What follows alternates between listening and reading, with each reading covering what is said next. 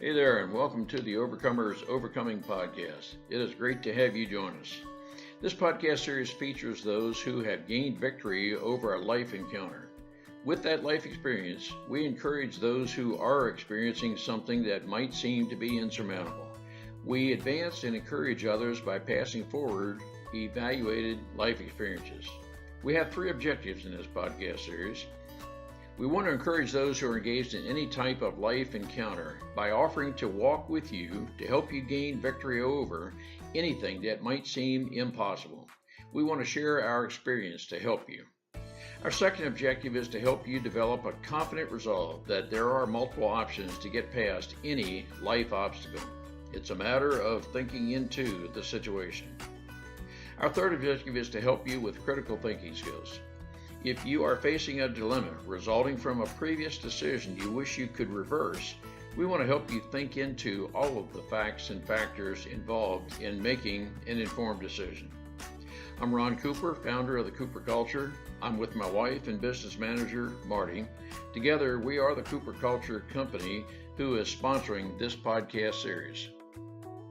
Today we feature Kelly Price, who describes a lot of her life, early life. She mentions having almost missed a childhood because of various dysfunctionalities in her life.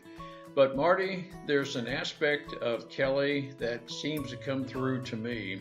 Kelly is an opportunist who can separate the negative from the positive, leave the negative behind and carry forward the positive. She is, for me, a model of persistence that she went through a lot of stuff. But Marty, what are some takeaways our listeners can gain from Kelly? Ron, as you said, Kelly had an upbringing that some people would say, oh, I just give up. I've been handed a bad deal. So life is bad. I'm a victim. But God created in Kelly a resistance that has helped her pursue life dreams and accomplish a lot. It's a great story of how God has worked in her life to help her achieve what a lot of her life has been successes. Let's listen and learn together. Kelly, it's great to have you with us. Our listeners are going to be very interested in your story. You have experienced a lot in life, in work. Some of the things I think you've experienced, some people may say, gosh, that was devastating enough. That may have just taken me out of the running for anything going forward. But our listeners are going to be very interested in learning about just enough of your past to be able to identify with you, but then most importantly, how you have overcome and how you are the success that you are today. Kelly, it's great to have you back with us. Thank you. Kelly, take our listeners through a brief background of just some of the stuff you have been through, just so they have a kind of a taste of what you have encountered in life and in work. Well, first of all, I think everything happens for a reason. So I feel very blessed at a lot of the things that have happened in my life, because I think that every individual instance brings me to where I'm at today. And so I don't live with a lot of regret. And I think that that's probably the first thing that I would say, is that when you go through things, you're in valleys for a reason. And to learn something, to go through something, to be able to help somebody else that may go through those valleys. So as I look at my life, I don't go back and I don't look at it and say that, I mean, yes, things weren't right. Like, I didn't have the most, thought out, scripted childhood, as you would say. But I also believe that things happen for a reason. So I come from a pretty broken home. I was very blessed that my grandparents, which was my dad's parents, were with us through everything. So they were kind of our rock. But birth mother left. So first of all, she got pregnant at a very young age. And from my understanding, had never been talked to about how you would get pregnant, why you would get pregnant. Things were a lot different back then. When she became pregnant, she didn't even understand how she got pregnant. So that was my understanding of the first thing. So being very young and 17 years old at the time, she basically came to live with my grandparents and my dad, but my dad wasn't a very supportive person in that. And so they ended up moving out to Arizona from Michigan. I was born in Michigan.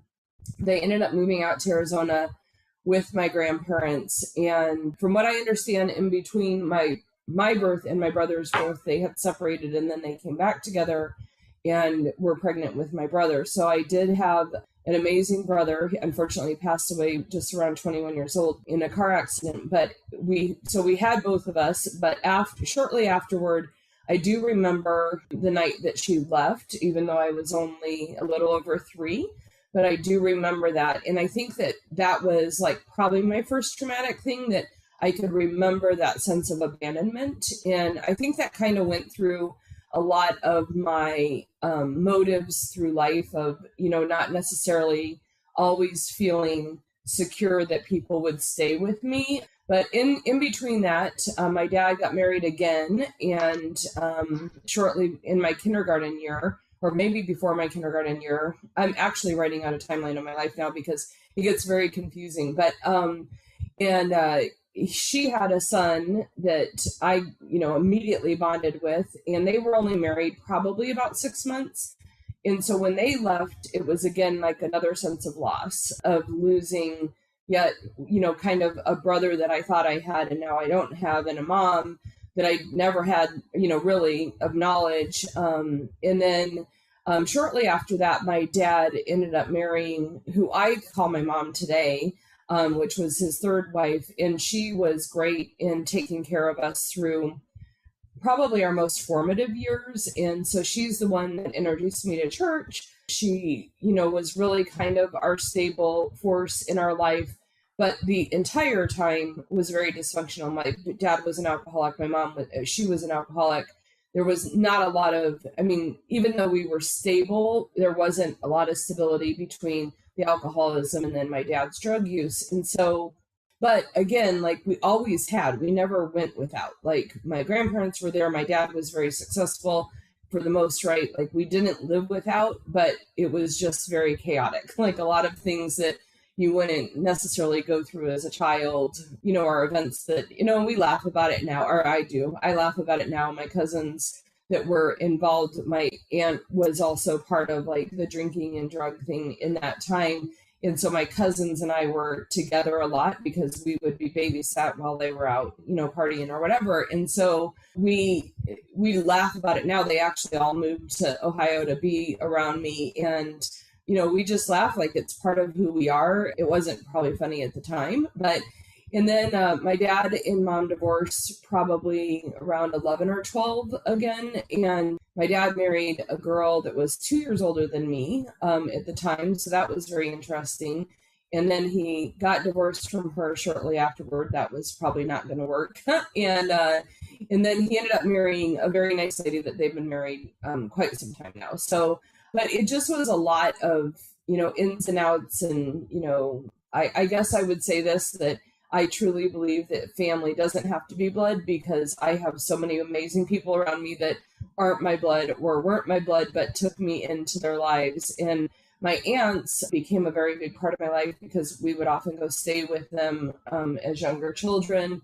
I just learned so much. My aunt had 9 kids and I was the oldest of them all. And I'm still like a sister to them. And I would go stay with them and go to church with them. And I love their family unit. They have just an amazing faith in everything that they do. So I did not finish school. After my freshman year, I dropped out. I was a young freshman and I dropped out of school and moved out basically on my own around different things. And those are the things that I'm actually trying to write out. Like, it's just so many things. Like I was talking to one of my girlfriends from high school and she's like, well, that's when we moved into that apartment. I'm like, wow, I don't even remember that apartment. So I did a lot of things, but I really started working early on. About 16, my dad encouraged me to get my GED and I did that. And then I started into cosmetology school. I got my, but I wasn't able to finish. I was still in Arizona at the time because Saturday was a requirement, but on Friday nights was bar night. So I would go to the bar on Friday nights and I couldn't get up for school on Saturday. And so I wasn't able to go through and get my license.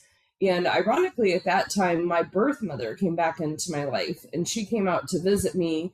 And I thought I was really cool. So I took her to the bars. So I'm 17 years old. I took her to the bars. I showed her this house I was living in, which was complete chaos. And I'm living with I rented a room with a bunch of guys. And although it was totally platonic with the guys, but it was a party house. It was like crazy, crazy. And so, I thought that was really cool. I showed her my life and I was, working at a restaurant and I was getting ready promoted to head server. And I just, I was really proud of what I had accomplished. And she wasn't so excited, as you can imagine, meeting your daughter for the first time 17 years later and then seeing the life that she's living. So she went back and asked her husband if I could come live with them. He was a very, very strict Catholic. And when he married her, he said, you need to know that you have no past. You can't have anything to do with your past. And so for me, being able to come and live with them was really something. He said that she could never really have that relationship. But the relationship didn't last very long. Like when he came home from work, I would have to go to my room, and it was very, it was not a good situation to be in. There was really no true acceptance. I think he let her, but then when she got pregnant with her own child, then it became like, I really shouldn't be around at that point. So we don't have much of a relationship now. There was a time and a place. I got out of Arizona. I stopped doing drugs and everything pretty much when I left there. And so I totally changed my life around. I went and got my license in cosmetology school. I met my first husband. I was doing hair. I ended up starting to sell real estate. I went to real estate school. I became the top salesperson in real estate school at 19 years old, which is crazy because I didn't know anybody. Like I literally just started answering the phones and, was aggressive. My husband and I opened up our own painting company. So we were doing that together. And by all rights, we were pretty successful. And my dad called me, and he owned RV dealerships in Arizona. And he asked me if Todd and I, my ex-husband and I, would be willing to move out to Arizona and run the RV dealership for him. So we owned our house. We owned the painting company. I was selling real estate. We sold everything, packed it all up. I bought a U-Haul so that I could sell it back when I got there so that I wouldn't waste the money traveling across the United States. We had packed it all up. We were living in an apartment for 30 days. And the night before we were moving out there, he called me and he said, I need to let you know I sold the dealership. But we had literally sold everything and stopped working. And I was like, what? And he's like, it was the time and the place and it's the best thing to do. So I was like, what am I going to do? Like, we don't have a job. So I immediately ran out and I was applying to restaurants, like trying to figure out, like, what are we going to do for a living? And my mom, that's technically my third mom, but is the mother that I, again, call my mom today. She called me and she was living back here in Cleveland. That's where she was from. And she called me and said, I know this is out of the way, that you really... At that time, we didn't just pick up the cell phone. We didn't jump in a plane and go see each other. It just wasn't the same. Well, there were no cell phones. You dialed long distance, and to have a long distance phone call was a lot of money. I said, Mom, I don't know what we're going to do. Dad sold the business. She wanted me to stop by Cleveland on the way to Arizona, even though it was out of the way, and just be able to see her. And I said, I don't know what we're going to do. Dad sold the company. And she's like, why don't you move to Cleveland? And I literally turned my head to my husband. I said, do you want to move to Cleveland? He's like, sure. And so the next day we moved to Cleveland because we didn't have anywhere else to go and we were packed. So that's kind of how I ended up in Cleveland, Ohio. And really, we lived with her for a little bit. I started waitressing. I was waitressing and they had a contest for selling wine. I knew nothing about wine. That wasn't my thing, but it was during the lunch hour. And I sold the bottle of wine to two guys and they're like, you're in the wrong business. You shouldn't be waitressing. You should be selling cars. And I said, well, I need a stable income. And they're like, you'll be fine. So I went and applied at a local dealership that did really good training. And I started selling cars. And I was salesperson of the month. The first month, I got very invested in wanting to learn everything that I possibly could. I got into their finance office and, really saw a need to kind of train the transition between the finance office and the sales team. So I started writing some training manuals. We had 9 dealerships in 3 different states, and we would all collaborate together. I was very, very blessed. Our owner was totally different with guest, they call them guest experiences, wanting to make sure that things were done the right way, just not a typical car dealership. And so we got a lot of management training and things, and they really let me run, and they let me kind of do different things. So about 3 years in, I became a corporate trainer, got to go to Disney's School of Management and learn all the different things about proper guest service and things like that. I wrote the dealership's culture training program, which is still in place today. They actually host their culture training program at my offices now, which is funny. And I really got to do a lot of things. And so about 6 years into my job, I got very invested in learning all about the finance office. And we were having a lot of troubles with our current provider in how they were handling our customers related to claims. And I couldn't get any reporting. And I went to our manager at the time, and our owner at the time, and I said, I really think I can do some of this for you. And he's like, great, if you want to try, go ahead. And so at the time, there wasn't a lot of regulation in our industry. I started to write our contracts. So we're in the third party administrator. So we sell through dealership service contracts. If your car breaks down, we're not the people that call you on the phone that are driving you crazy. These are, that we work business to business only with dealers. And so we handle all the claims calls when your car breaks down. I just said, I think I can do this. So I hired a programmer back in 96. He's still our lead. He's in charge of all of our IT today. And he started helping me to write some of these things. So I wrote the contracts and put a system in place to track them and put a phone on the wall, which was a corded phone at the time. It wasn't, obviously, as we look at things today, it was truly like a phone hanging off the wall, and started, working with our dealership and offering the contracts out. And then slowly I said, I really think I could do this for other dealerships. And so I broke away from the dealership and started our own administration company. And I just had always a lot of really good support. And that led into, in 2006, over a 10-year period, I did a lot of that. I worked with different things, got a lot of product lines, started to get some employees. But in 2006, we came out with a product called Warranty Forever, which is a lifetime powertrain warranty that is given to the customer at the time of sale by the dealer as a why buy here. And really the engine, transmission, and drive shaft are the most expensive things that could break down and are the things that really keep your car from getting you to work. And so it's a way of helping customers to make sure that they can always have transportation to go back and forth to work. But anyhow, so we rolled that program out and we went nationwide at that time and really changed our business model, started dealing with agents, kind of like a State Farm agent would be, that represent our products and work with the dealerships, because we couldn't be everywhere at once and service them. And there's a great relationship between those agents and the dealers. We ended up doing that at the time in 2020. So fast forward to 2020, our industry has evolved immensely. There's a lot of regulation, a lot of different things around it, which is good for the consumer, good for us, but it's much more expensive to do business. So you have to have a much larger piece of the pie. And so a lot of companies like ours have started merging together. And so we did sell the company to a private equity that owned another company like ours, and we're in the process of merging those together. So what I will say is, through all of it, like the perseverance and the things that I had to learn and the opportunities I was given, I kind of just always played off of, what could I do? How could I look at this differently? How could I improve it? How could I take care of the customer? And really teach people from my point of view, like the things that I needed to do. I did spend 10 years in a 12-step program for eating addiction.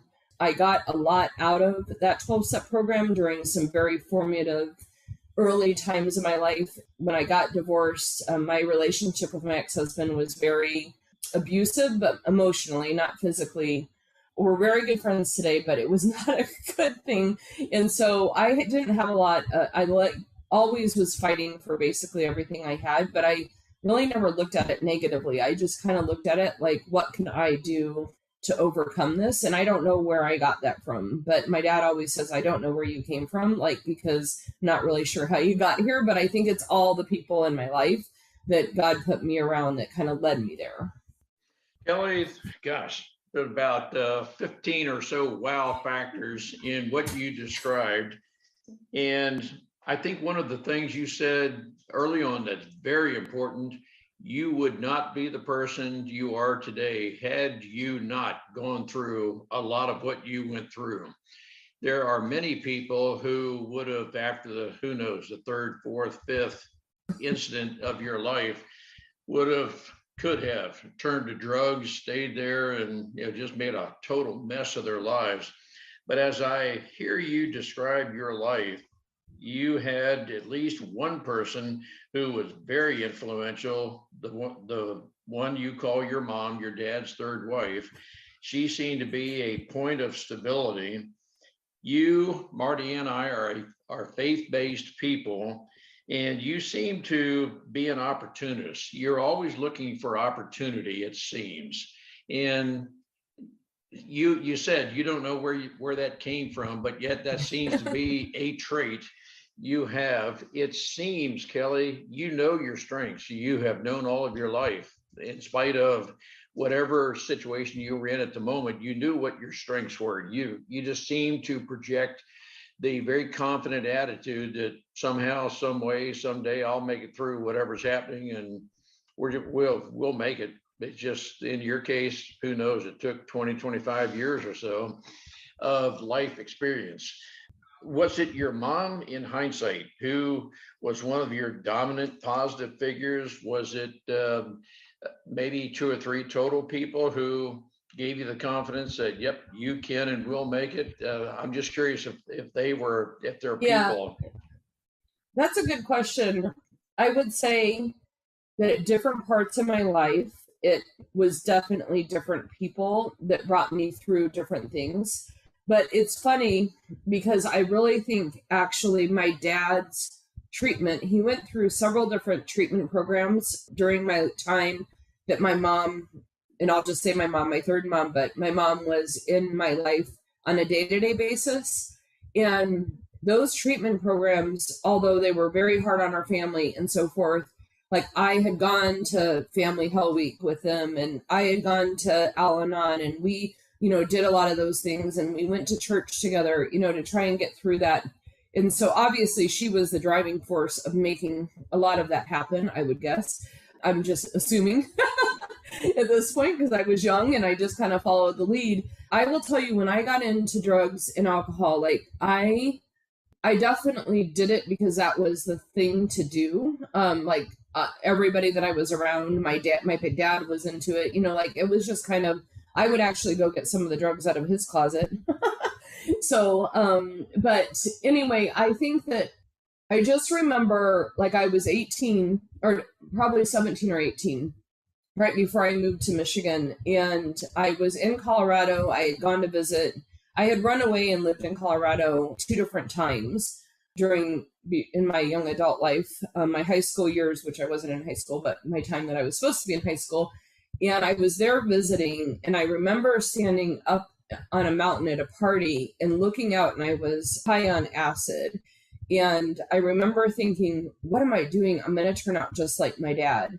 And I literally never did another drug after that. But had I not been through all those treatment programs with my dad, I probably would have ended up the same. You know what I mean? Like, because he had been through all that, and because I had done that, I kind of knew better. Like, I just knew that I was going to end up the same. And when I first married my husband, I was damned and determined not to ever get divorced because I didn't want to be my dad, but it wasn't a healthy relationship and it wasn't the right thing. Now we're both in very good relationships, which is great. And I've been married for almost 25 years now. So it's been great. But I think the whole thing is like, had I not been through all of that, I wouldn't have been able to notice what I was doing to myself. So I look at all of it as a needed factor. So I guess I would say, yes, my mom was a big part of that, because had she probably not stood up to my dad with his drinking and alcohol, and then she hadn't gotten into treatment program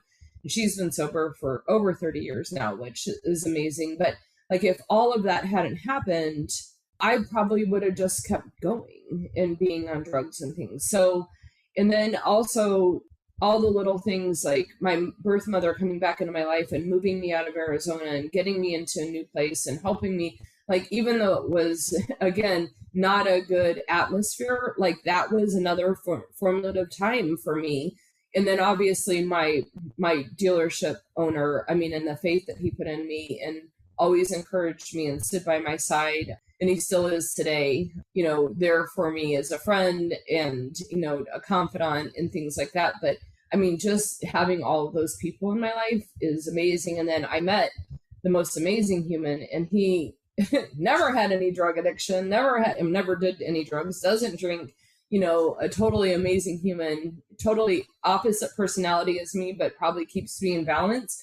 And so I feel like all of that came together because of the different things that I was at. And truly, OA for me, that 12-step program got me really centered and helping me and that type of thing. And so and just a lot of different things. I don't know if I could pinpoint one person, but there are certainly several that are key indicators in the changes in my life. No, and for some of us, and I can tell you that for me, 4 men mentored me at various times in my life, at a time when I needed various phases of my life. And very possibly, Kelly, that's what happened to you. These various people who were an inspiration to you for exactly the amount of time in the exact areas you needed.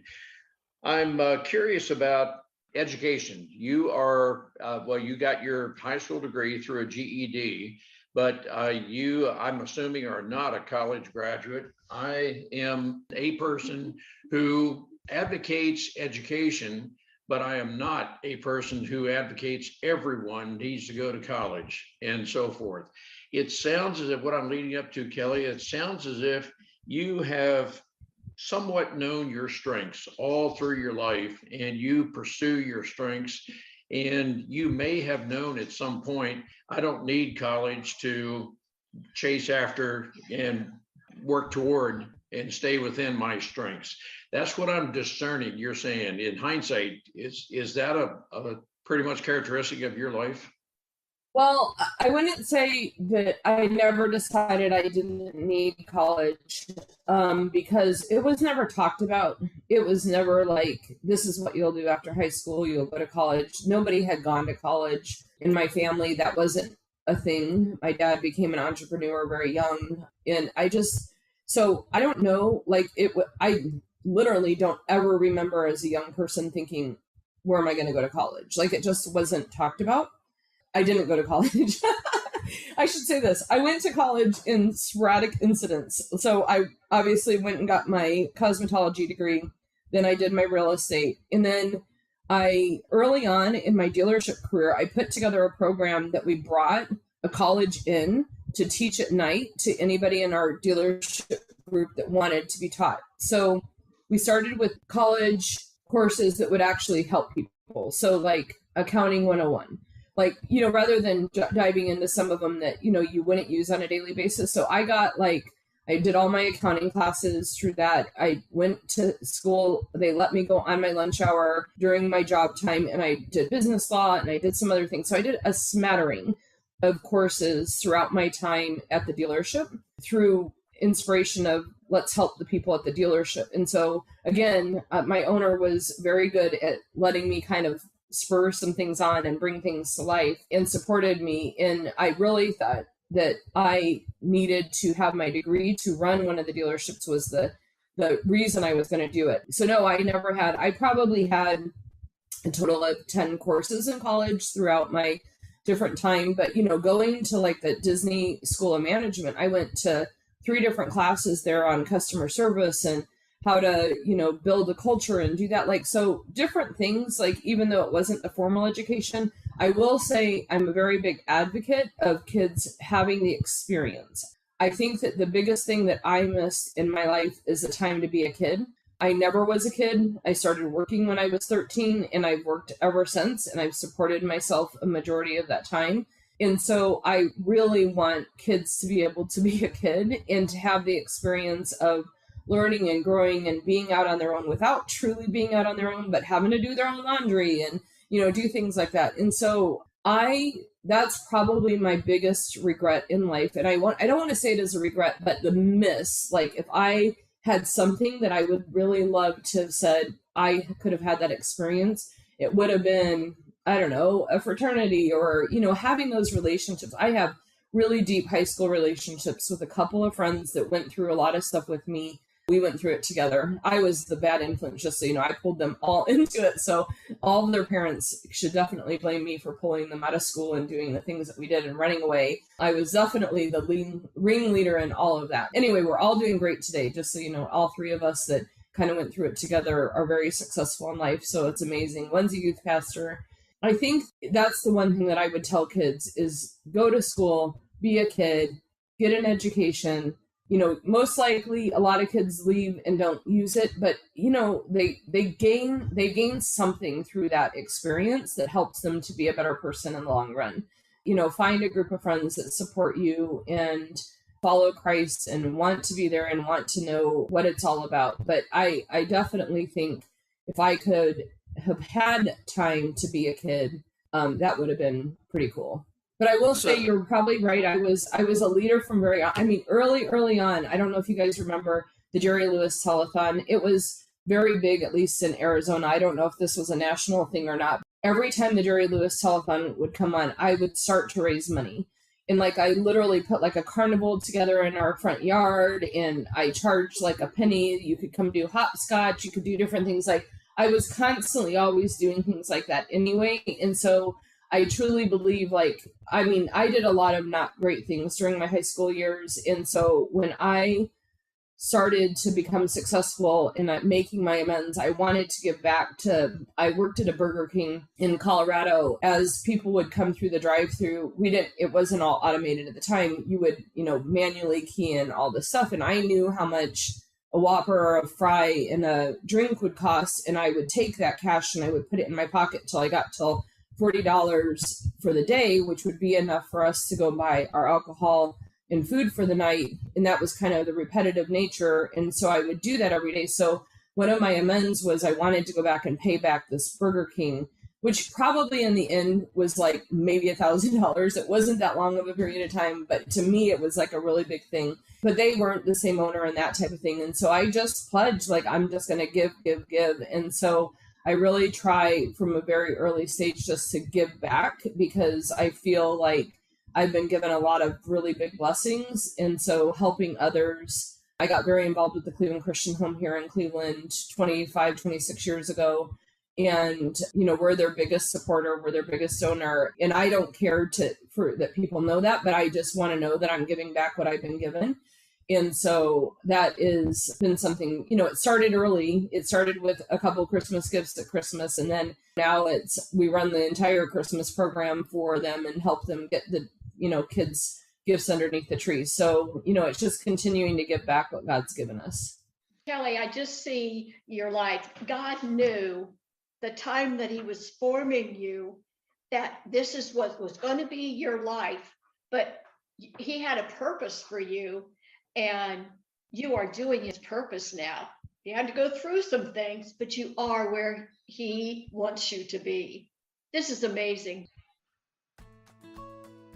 Kelly pretty clearly is an opportunist, as she has experienced so much dysfunctionality in her past life. She was able to process that as this life is not what I want, but she was able to pick up on those things that she did want. As an opportunist, I think we're always looking for opportunities in spite of whatever it is we're experiencing.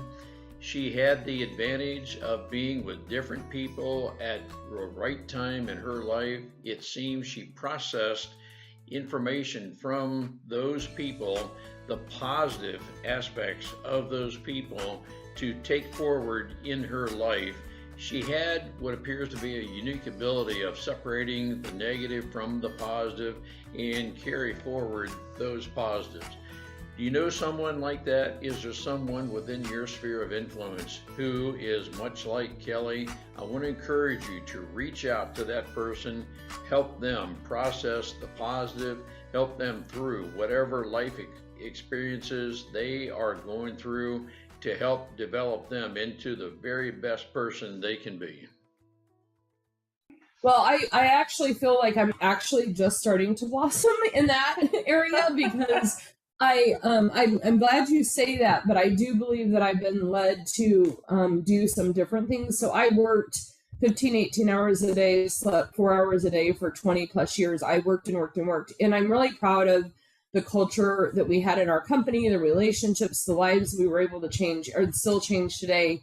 You know, when I sold the company, we had 180 people, and I really felt like I had brought, goodwill to a lot of people's lives and their jobs and offering opportunities and, advancement. And we did training constantly and leadership growth and book studies. And, I always said, if I grow you and you leave me, I've made you a better human. That's my goal. I obviously don't have as much. I mean, now that we're a bigger company and I'm not leading the company by choice, we have a CEO. He's great. I mean, I'm going to choose to do some other things and strategic growth and different things like that. I'm doing a lot of leadership training through John Maxwell for our teams and things like that. But I really feel like now is the time to impact things in a much bigger way. So doing transformation tables for me with the John Maxwell team and the Change Your World initiative that they have, and bringing more people to Christ and bringing leadership to our church, bringing leadership to our community. Those are things now I actually feel like that's what God has asked me to do, is to help to bring people to Christ and to bring leadership. And so I agree that God had a plan, but now I feel like I'm actually blossoming into that. My Bible study group on Thursdays, we're actually doing a study by Rick Warren, which helps you to identify your strengths and know what you're supposed to be serving. And I'm sure you're shocked to know that welcoming, connecting, developing, facilitating, and influencing are my top. So that's the things I like to do. Kelly, I want to help our listeners with a call to action. Try to project yourself with the person who is saying, Kelly, I'm identifying with a lot of your life. I never had a childhood. I just feel as if I'm not real certain what my purpose is. I feel like I'm adrift. I just haven't really discovered my purpose. You're a work in progress, Kelly. You acknowledge that, yep, you're still refining your purpose. But for that person who feels they are behind where you are, they haven't progressed, advanced to where you are, how would you help that person out of, if you call it a rut, if they feel like, I just don't feel like I have a purpose. I haven't lived a childhood. They've experienced a lot of what you have, but they're not as advanced with you. What is the call to action you would tell that person? You no longer have to be the way you are. So I'm going to tell you from a personal experience, because 2.5 years ago, when COVID first started, so we had announced the sale of our company February of 2020. You have to go through regulatory financing. You have to do all of that. But unfortunately, COVID hit. And it was our goal when we sold to give back a portion of the proceeds to our associates, as well as to a couple of charities. And so we waited to know that we had an affirmative letter of intent and that everything was fine, and we were just waiting for all the regulatory approvals. And then we told each of our associates how much money they were going to be getting, and it was based upon their tenure with us, how many months they've been with us multiplied by a factor. And so it was a lot of money. It was over $8 million in total that we gave away. And then we were giving $1 million to 2 of the top charities that I have worked with. And it was part of our agreement with our sale. So literally in the middle of March, when COVID hit, all the banks in the industry that were in the middle of deals called off the deals for whatever reason they could make up, just because they didn't know what was happening. They weren't going to buy a company in the middle, especially one in the auto industry when we weren't selling any cars. I went into a really, really, really bad funk. Now, luckily, I never left God, and I still did I write a letter to God every morning, and I still did my time with God in the morning.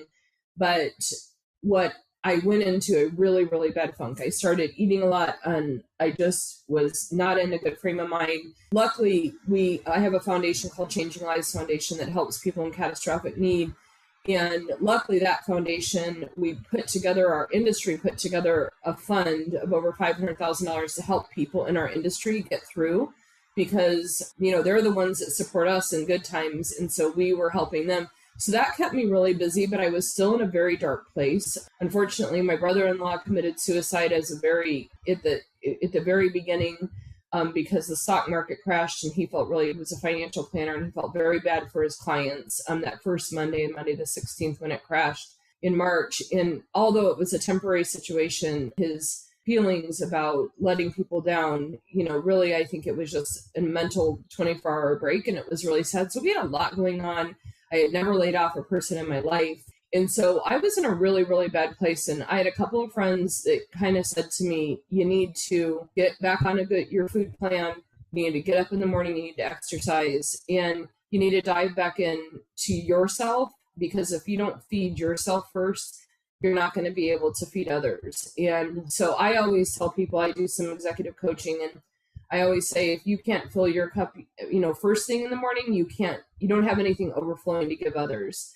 And I actually wrote all of my managers a letter about this, because I feel bad, because I never, for 25 years of running my business, filled my cup. I would literally sleep 3 to 4 hours a day. I would get up, I would run, I would, work. And I just never had enough to give back, even though I think I was still a good leader in that, but I never took the time to actually realize that I need to protect the temple God gave me first and fill my cup up, so that then I'm overflowing with the light of Jesus and the light to bring other people and help other people. And so the last 2 years have been such a dramatic change for me. So what I would say and I say this to anybody that I work with, the first thing I work with people on is knowing who they want to be and how they're going to get there, but they have to start with a solid morning routine. And so that has been probably the biggest change in my life, is to be able to do that, because although I was successful for 25 years in running a business, I was crazy. And I don't want to say crazy, but I worked and I expected the same of a lot of my people. And now I see that I can get the same amount done in a much calmer way by centering myself first in the day. And I always believed in God, but I never took the time to be with God. And so being with God, taking the time to write my letter to God, taking time to read get into some Bible studies, get into a small group, really helps me to center myself. And now, throughout the day, I'm so much more focused, and I get so much more done than I did when I worked 18 hours a day. So that's the one thing I would say is, you have to put yourself first. And for me, it felt very selfish. I felt like, I'm taking all this time in the morning. So for me, it's a 3-hour start to my day. It's an hour of, exercise and or getting ready, prepping myself to get exercise, doing my devotionals, and then getting ready. So we're girls who take a little bit longer. So by the time that's all done, make my coffee, have a breakfast, do all of that. And I never did any of that. I never did. I literally got up, got ready, and walked straight out my door. I said bye to the kids. Somebody was here taking care of them, and just walked right out the door, and then usually came home at 10 or 11 o'clock at night. So I really, I shortcutted a lot of people in my life. They were very supportive, but I wasn't nearly as intentional about my relationships as I am today. And so by taking that 3 hours and being selfish, I'm actually giving more to them throughout the day, even though I've taken up time for myself. Kelly, thank you so much on behalf of our listeners for sharing your life. You have been through a lot, but you have persevered. And I think perseverance is one of the bywords for you. And you're a work in progress. And thank you for sharing. God is continuing to work in your lives, Marty's and my life. And the best is yet to come, I think, for all three of us and for every one of our listeners. Thank you so much for sharing. Thank you.